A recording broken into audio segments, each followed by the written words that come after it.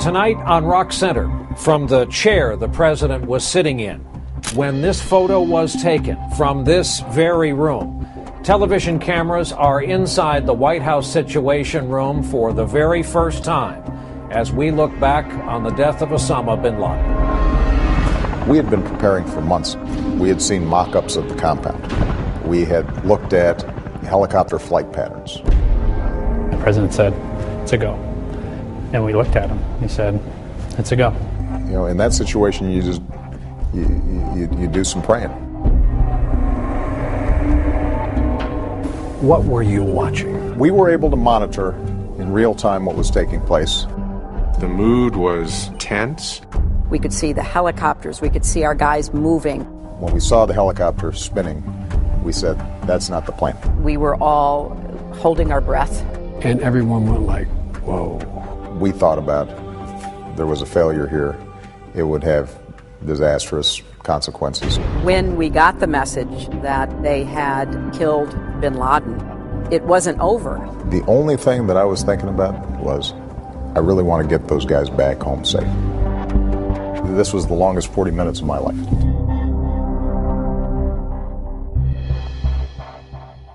Good evening. We are one floor below ground level here in the West Wing of the White House, and we are about to take television news cameras inside the White House Situation Room for the first time in its history. We're here tonight, entering this room, to talk about this photograph taken in this room a year ago and the decisions and the military action that resulted in the death of Osama bin Laden.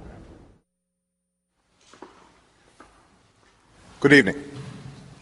Tonight, I can report to the American people and to the world that the United States has conducted an operation that killed Osama bin Laden, the leader of al-Qaeda. USA! USA! USA! The news came out of nowhere. No one in this country was expecting it, just as no one inside the bin Laden compound was expecting U.S. Navy SEALs to arrive by helicopter. One image from that night has come to symbolize the mission. The photograph taken at the height of the raid by veteran White House photographer Pete Souza. There it is. There you are. Here I am, sitting right here. That's an intense look on your face, and everyone is intently watching that screen. This is, if I'm not mistaken, Pete, this picture was taken right as the helicopter was having some problems. But you may not remember. I can't say for sure. That's what it feels like, because I remember Hillary putting her hand over her mouth at that point. When you look at it, Yeah. what does it conjure up inside you? Well, that's the way I usually look when my husband drags me to an action movie.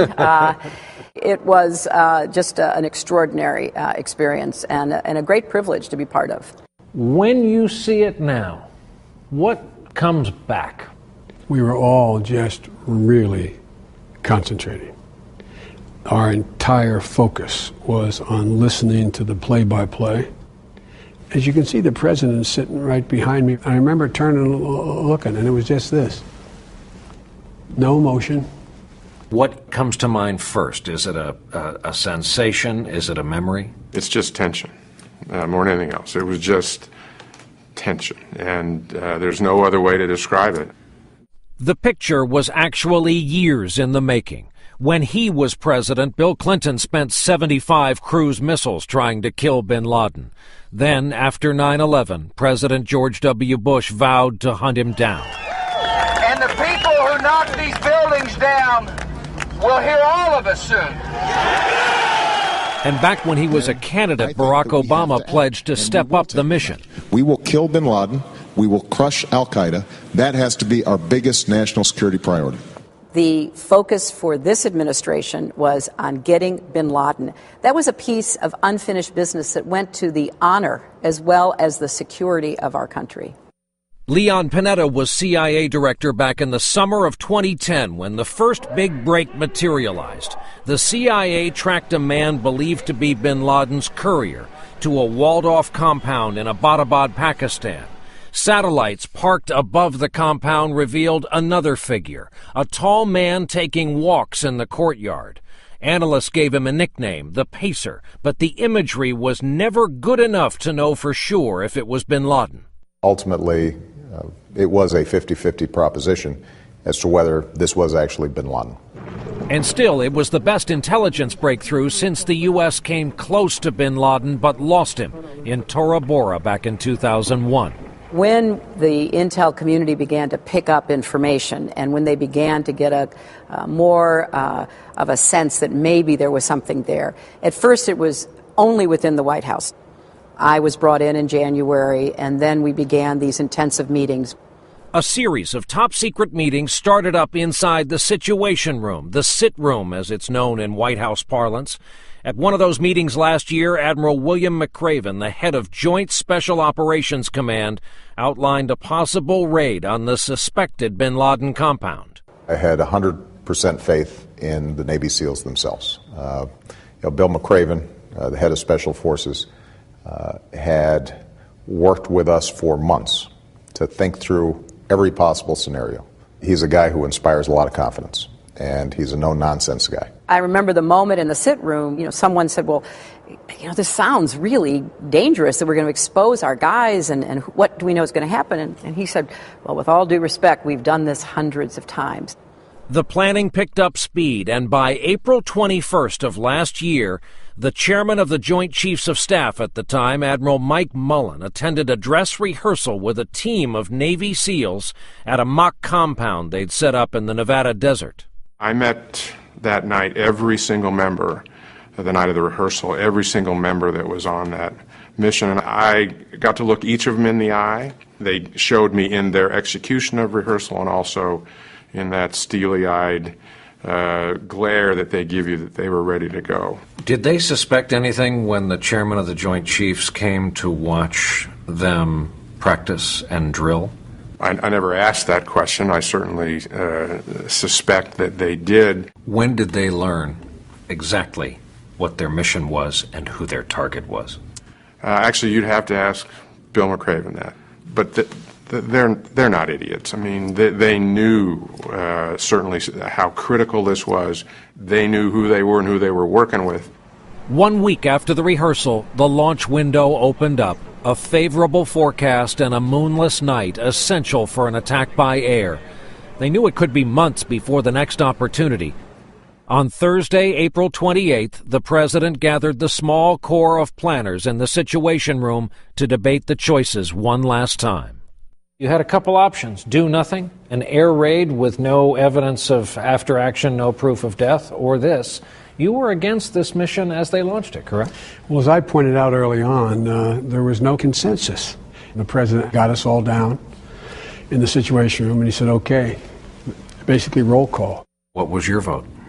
My recommendation was to go forward. And why would you recommend that over others in the group? I felt the risk was manageable. The evidence to me was compelling enough to take the risk. I thought that we could get him in and get him out no matter what happened, whether he was there or not. Secretary of Defense Robert Gates recommended an airstrike with no forces inserted on the ground. CIA Director Panetta supported a raid by special forces. So did Secretary of State Clinton. Vice President Biden wanted to wait on further proof that bin Laden was indeed there. How contentious did it get among members of your team? There was not consensus. It was never contentious because I think everybody understood both the pros and the cons of action. There were doubts that were voiced inside the Situation Room, but they weren't doubts that were going through my own head. People who were advocating action understood that if this did not work, if we proved to be wrong, there would be severe geopolitical consequences, and obviously, most importantly, we might be putting our brave Navy SEALs in danger. At the meeting, the president did not indicate which way he was leaning. As we're walking out, and we walked up together as we walked out of the room, he said, it's time to make a decision. I know it sounds trite. The president's all alone.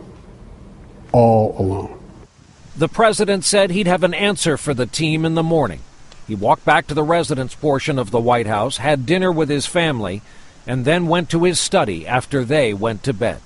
How does one spend that night knowing that decision is due in the morning?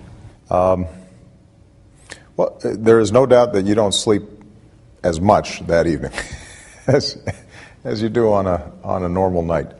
I stayed up late and I woke up early. By that point, though, I felt as if I had examined every aspect of the operation. We had been preparing for months now. At that point, you have some serenity in knowing that you've made the best possible decision that you can. And, in that situation, you do some praying. In a moment, the president reaches a decision and then is forced to give the appearance of business as usual. The correspondence dinner was a different story. That was a little bit of acting going on there because my mind was elsewhere.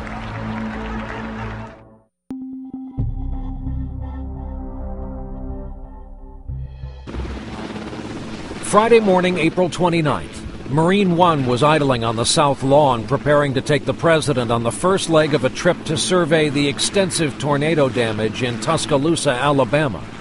Before walking out the door to the helicopter, in a scene that was captured by the White House photographer, the president met with 4 members of his staff: Chief of Staff Bill Daley, National Security Advisor Tom Donlon, his deputy Dennis McDonough, and Counterterrorism Chief John Brennan. They were, that morning, the 4 most important Irishmen on this side of the Atlantic. So judging by this photo, we are all approximately in our positions. If I play the part of Bill Daley, the president is not here.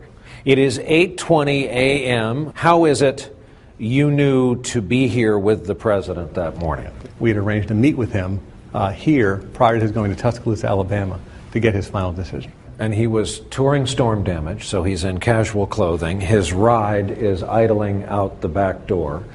He comes to you, stands in this grouping, and says what, to the best of your recollection? My recollection is that he said it's a go. We're going to do the assault. We're going to do the raid, complete the orders, and let's go. I recall being here that morning, working up some briefing points for him. And I think Tom started in. The president said, I got it. It's a go. And we looked at him. He said, it's a go.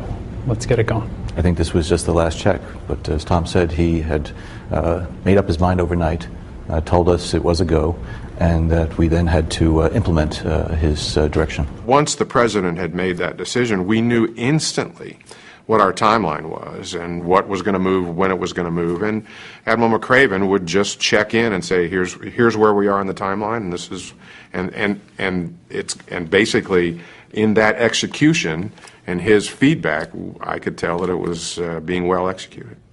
Did you seek anyone's counsel? I didn't. And the reason was because this had to be such a close hold operation. There were only a handful of staff in the White House who knew about this. The majority of my senior staff didn't know about it. My secretary didn't know about it. My personal aide didn't know about it. The First Lady? First Lady didn't know about it. Your husband didn't know? No. Mrs. Obama didn't know? These are big-time Washington diplomatic security secrets. Yes. This was such an important secret to keep. No one in the State Department knew. The same, I think, except for those with need to know in the Pentagon or the CIA and certainly the White House. So I just felt a personal responsibility to keep it close, but that meant that I was basically, having to consult with myself, to be honest. Keeping this secret also meant going on about the business of the presidency, touring that awful storm damage in Alabama, while knowing at that very moment U.S. Navy SEALs were already on the move halfway around the world. You had to go to Tuscaloosa. Yeah. You had to go have fun at the Correspondents' Dinner. Yeah. Seth Meyers makes a joke about Osama Bin Laden. People think Bin Laden is hiding in the Hindu Kush, but did you know that every day from 4 to 5 he hosts a show on C-SPAN?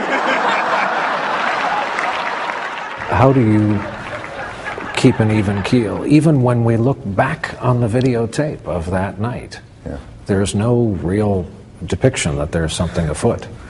You know, when I go down to Tuscaloosa, I'm very much present there because the tragedy and the devastation that had happened to the folks there, I think, consumed all my attention. So that wasn't difficult to focus on. You know, the correspondence dinner was a different story. You know, that was a little bit of acting going on there because my mind was elsewhere. I ran into many friends and acquaintances that night who subsequently remarked after the fact that pretty good poker player. He didn't give anything up. We didn't want to have any sense anywhere that something was up, that we had any sort of mass cancellations with respect to the dinner. I did run into one correspondent who said, "You're leaving. You're leaving early. Where are you going?" You know, and I said, "I got this thing tomorrow." I can't remember if you went to that correspondence dinner, but here's the president going to Tuscaloosa, correspondence dinner. You have to laugh it up. You've got to live a little bit of a lie for the public good. Well, that's exactly true. I did not go. I had one of Chelsea's friends got married. I went to the wedding. I went to the reception. I was at the reception, and it was so ironic. You know, all these smart young people who work in all kinds of enterprises. One of them came up and said, "Do you think we'll ever get Bin Laden?" I said, "I don't know. I have no way of knowing, but I can tell you this, we'll keep trying." I thought, and so I'm leaving now. And simultaneously, Seth Meyers at the Hilton is making a Bin Laden joke. I know it. And I got home, I couldn't sleep. I couldn't sleep the next night. I mean, it was, and I don't have trouble sleeping, but those were 2 tough days. It's almost, in a sport, you've taken the shot. And now you don't know yet whether the shot's going to go in or not.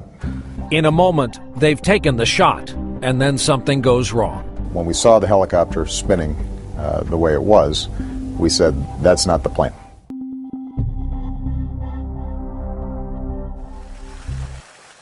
On Sunday morning, May 1st of last year at 11 a.m., members of the National Security Team started arriving in the Situation Room for what they knew would be a long haul.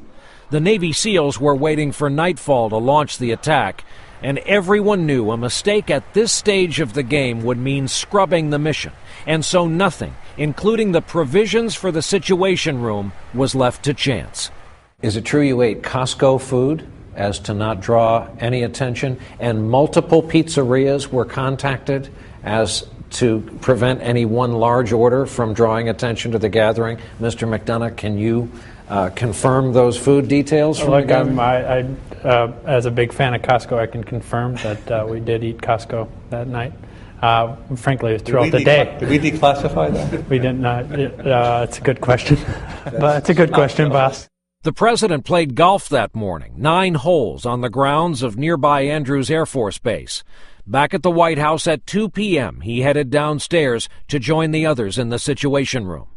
This is the lower hallway, the part nobody gets to see of the house where you get to live and work. And you have worn a path to the Situation Room.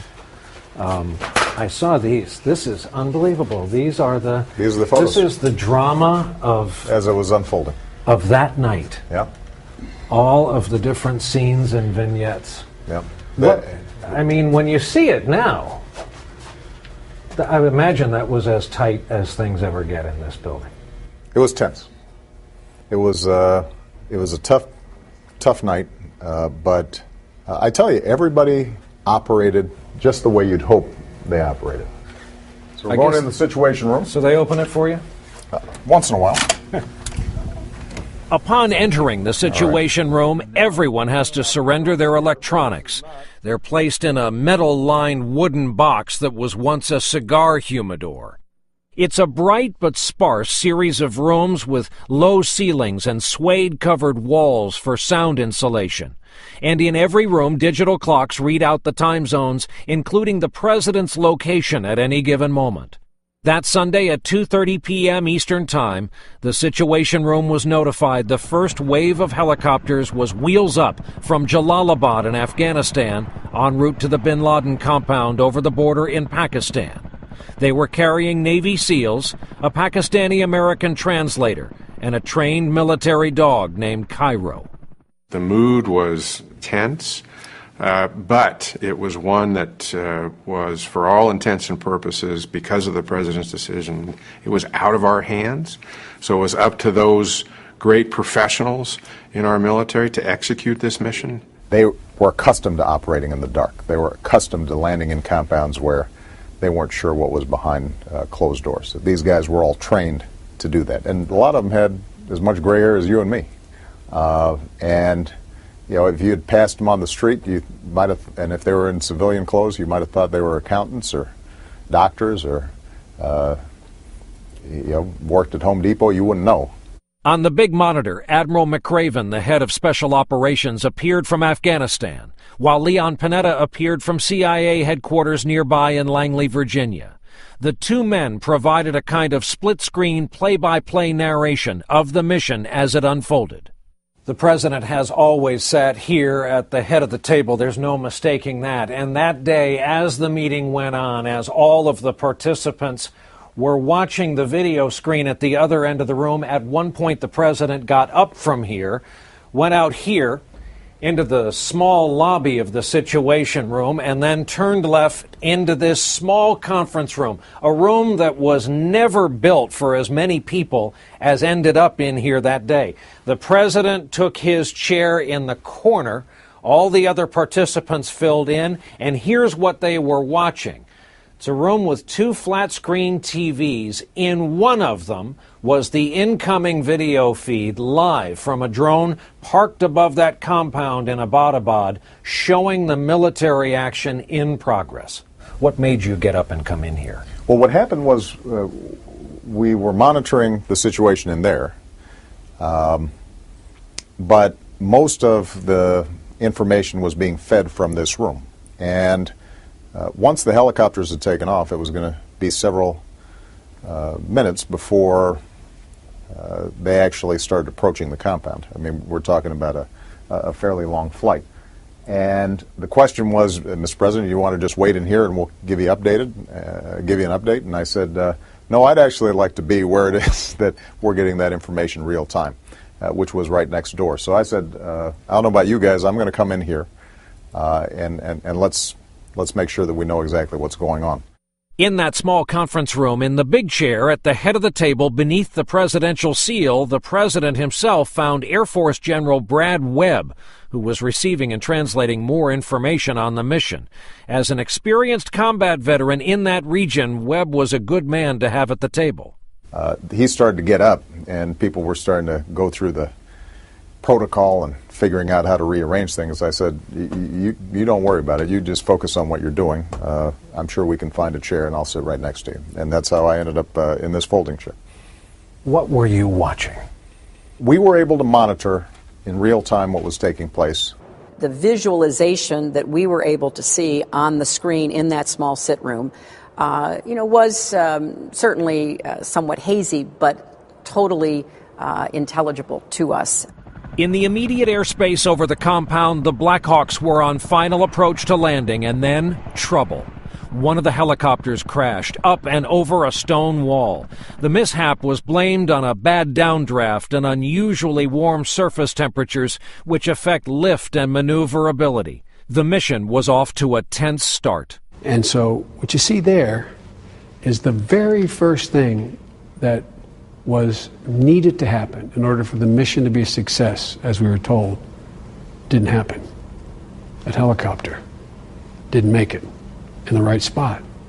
And everyone went like, whoa. The plan was very precise in terms of how they were going to approach the compound and how guys were going to be lowered into the compound. When we saw the helicopter spinning the way it was, we said, that's not the plan.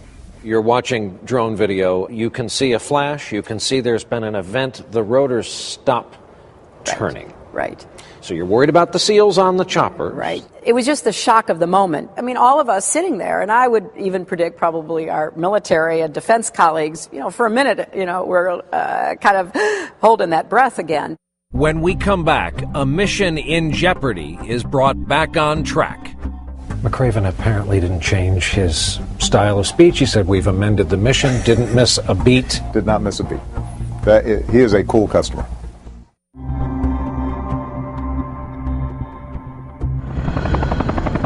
The Navy SEALs swooped in. They knew they didn't want to spend more than about 40 minutes on the ground in the compound. They also knew they'd just lost a potential ride out of there. While there were 3 other choppers, one of their best had crashed and was a total loss. The most concerning part of the whole operation was when we saw the helicopter not landing the way it was supposed to. And that was a touch-and-go moment. We were all holding our breath, waiting for word as to whether we were going to get our guys out safely. For at least one elder statesman in that picture that day, this mission dredged up an awful but always present reminder of Desert One, the failed attempt to rescue the Iranian hostages back in 1980, when 8 U.S. special operators were killed. Bob Gates, who in that photo was off to my left, Bob Gates had been in that same room when Desert One happened, and so my first glance was at him. If this had failed in spectacular fashion, it would have blown up your presidency. I think by all estimates, would have been your Waterloo and perhaps your Watergate, consumed with hearings and inquiries. How thick did the specter of Jimmy Carter, Desert One, hang in the air here? I thought of it, but I will tell you that there are moments in your presidency where you really do put politics aside. Certainly, we thought about the fact that if there was a failure here, it would have disastrous consequences for me politically. We knew the examples of the Carter presidency, and we understood what happened there. But I tell you, the only thing that I was thinking about throughout this entire enterprise was, I really want to get those guys back home safe. As they watched the attack play out from the Situation Room, they could see the Black Hawk pilot had managed a kind of controlled crash landing. But still, that helicopter was the first casualty of the mission, and we later learned it wasn't just any helicopter. When the first pictures of the wreckage emerged hours later, aviation websites went wild. This, it turns out, was the stealth version of the Black Hawk the U.S. had been rumored to be developing for years, designed for near-silent, invisible operation. In the coming days, neighborhood children were seen picking through the pieces of what just hours earlier had been among the mighty U.S. military's best-kept secrets. Back inside the Situation Room, listening to Admiral McRaven's play-by-play of the mission, you'd never know something had gone wrong. That room had tremendous confidence because, indeed, the officer commanding this operation, Admiral McRaven, didn't have a change in intonation in his voice. McRaven apparently didn't change his style of speech. He said, we've amended the mission, didn't miss a beat. Did not miss a beat. He is a cool customer. But right then, another wrinkle. One of bin Laden's neighbors in Abbottabad was up and watching all the action. And he just happened to be an enthusiastic Twitter user who, in his own way, broke the news of the raid to the wider world via the Twitterverse. Helicopter hovering above Abbottabad at 1 a.m. is a rare event. That had been something the national security team had not planned for. And now the part of history that happens 140 characters at a time. You're watching this, and a guy is on Twitter saying, hey, you don't often see these kinds of flashes and helicopter traffic here in Abbottabad at 1 o'clock in the morning. Right. Unbelievable, right. But it happened. Yes, people were waking up. They were, this was in a neighborhood. This was not isolated with, hundreds of acres around it. There were other houses nearby, and people were starting to come out onto their roofs. They were trying to figure out what was happening. The president knew the 40-minute timer on the commando operation on the ground was running down. At this point, I think all of us understand that we're a long way to go before the night is done. And I've said that this was the longest 40 minutes of my life. We could see the helicopters. We could see the embarking from the helicopters. We could see our guys moving. It was an intense experience for all of us because it was real time visually until we lost the visual connection inside the building. As the SEALs worked their way to the top of the staircase, a firefight was underway.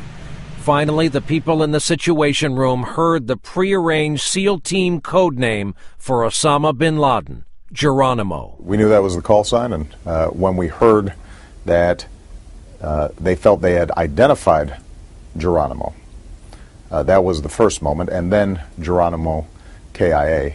KIA, killed in action. After more than a decade of efforts to find him, Osama Bin Laden was believed to be dead. When that call went out, that was certainly the team's view that they had successfully captured or killed him, and as best they could tell, he was the right guy. Now, you say capture or kill. Everybody does. Were you really going to capture this guy? Absolutely. And what put him in the back of a Black Hawk? Yeah, absolutely. And there had been provisions made for that outcome. But we also understood that it was not likely that he was going to be giving himself up in that way, and that there was a strong possibility that he would end up being killed if, in fact, he was in the compound. And let's be very blunt about the bottom line job description of those on this team. There is one guy walking around this country who put a laser sight spot in the middle of his forehead and pulled the trigger. When I've talked to the team about that specifically, their response is, we all did it. But there was one guy who put a laser sight on his forehead and pulled the trigger, and he knows it was his M4 or whatever weapon they were using. They would tell you they all did it. When we got the message that they believed they had killed bin Laden, it wasn't over, even though that was an amazing sense of, for me, satisfaction. I'll be just very honest with you. I mean, I felt like that was absolutely the right thing to have happened.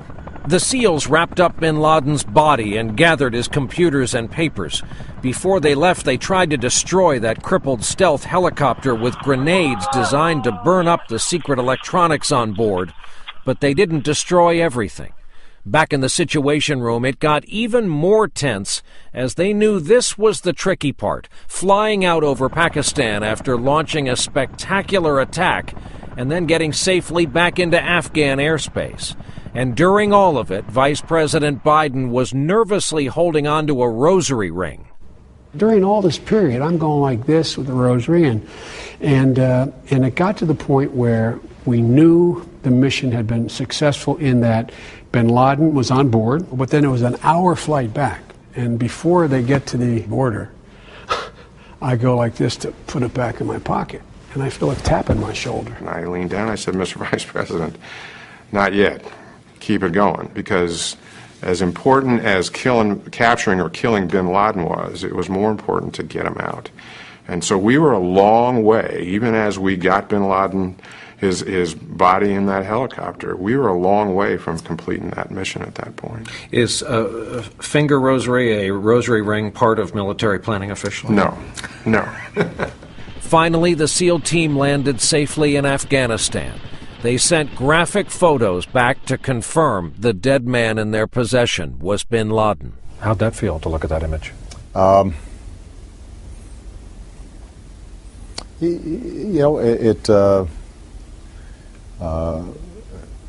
think it's wrong to say that I did a high five, because you have a picture of a dead body, but understanding the satisfaction for the American people, what it would mean for 9/11 families, what it would mean for the children of folks who died in the Twin Towers who never got to know their parents. I think there was a a deep-seated satisfaction for the country at that moment. It wasn't so much a high-five moment as a kind of looking around and just feeling together as almost one body that, okay, it's over. In a moment, the exhausted team inside the Situation Room must now go about the careful business of telling the rest of the world. Yeah, I'm proud of you. You guys did a great job. They did.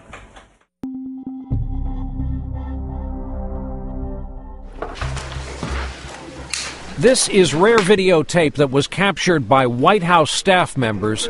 It shows what happened after the president and his team left the Situation Room. Good job, National Security Team. That's great. Thank you. Yeah, I'm proud of you. You guys did a great job. They did. Relief and congratulations were brief because there was another round of work to be done. Revealing the secret had to be handled carefully.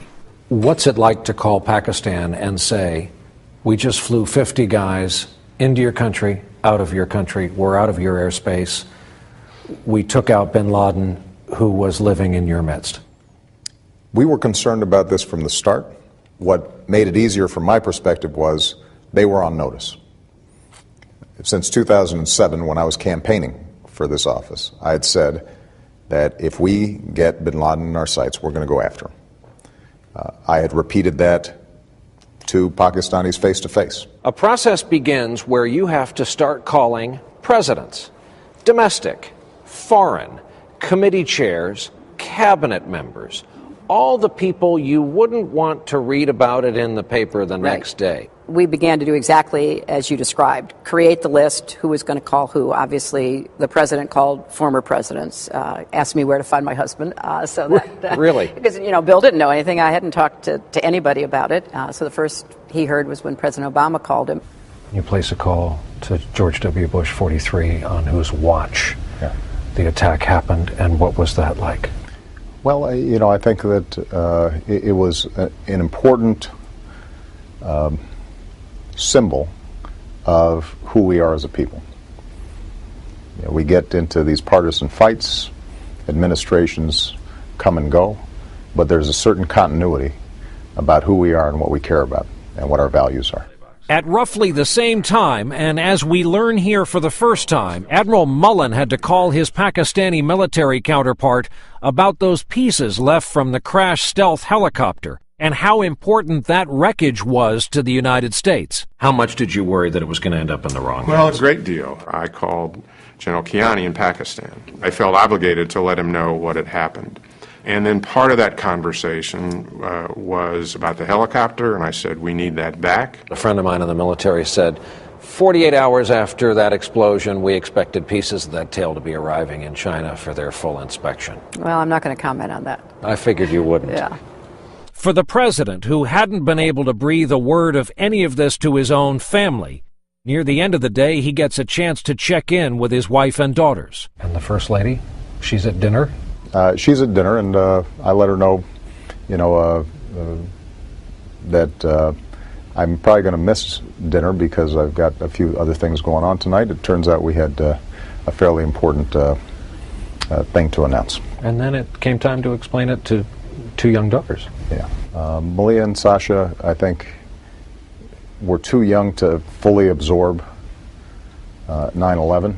On the other hand, they've grown like all our children have grown up in the shadow of 9/11 and terrorism and understood who Osama Bin Laden was. The reason I'm calling is to tell you we killed.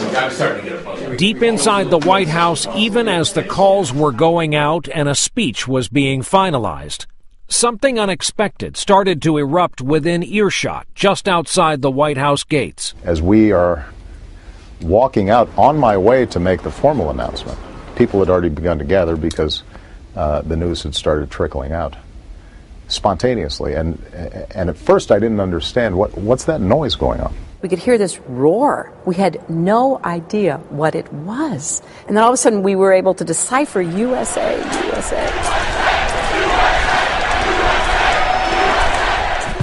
It was just an astonishing moment. And somebody says, well, throngs of people have started to gather outside the fence, and they're waving American flags and they're cheering. And that, I think, again, was a reminder of what this meant to the country and how important it would be. It is obvious the White House wants to call attention on this crowning achievement militarily. How will you know if it's turning to politics? I do worry a great deal that this time of year that somehow this gets spun into election politics. I can assure you that those individuals who risk their lives, the last thing in the world that they'd want is to be spun into that. So I'm hoping that that doesn't happen. You got him, but what did it get you? What did it get us? Are we demonstrably safer? We've had setbacks vis-a-vis our military with desecration, with the burning of the Quran, unforced errors. What's the net effect and result now that you have a year's clarity behind you? Even before we got bin Laden, we had al-Qaeda on its heels. And by getting bin Laden, we capped off that 2-year campaign. That was important. That makes us safer. Did it completely diminish all risk of terrorism? Absolutely not. But all told, a year later, are we better off? Are we safer because we got bin Laden? Absolutely. And I also think it sent a message, Brian, to the whole world. You attack Americans, innocent Americans, we will follow you to the gates of hell. And I think it sends an incredibly strong message about our capacity and about our will. Of all the things you've witnessed in your official life, where does this day rank? It was both a professional responsibility that I had as Secretary of State, and it was personally so important to me. You know, I was, at ground zero the next day, and I mean, I will never forget what it was like flying over that and watching those burning hulks and knowing all the bodies that were buried there. So it is probably the most impactful combination of personal and professional responsibility that I've ever had.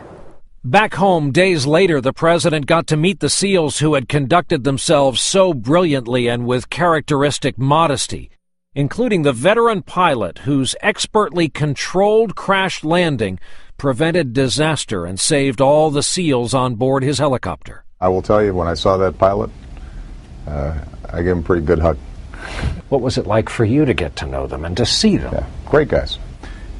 They presented me with the flag that had gone on that mission, signed by all of them on the back. And I think it's fair to say that will probably be the most important possession that I leave with from this presidency. Most important day of your presidency? Most important single day of my presidency. The most intense, concentrated day that I've had as President of the United States.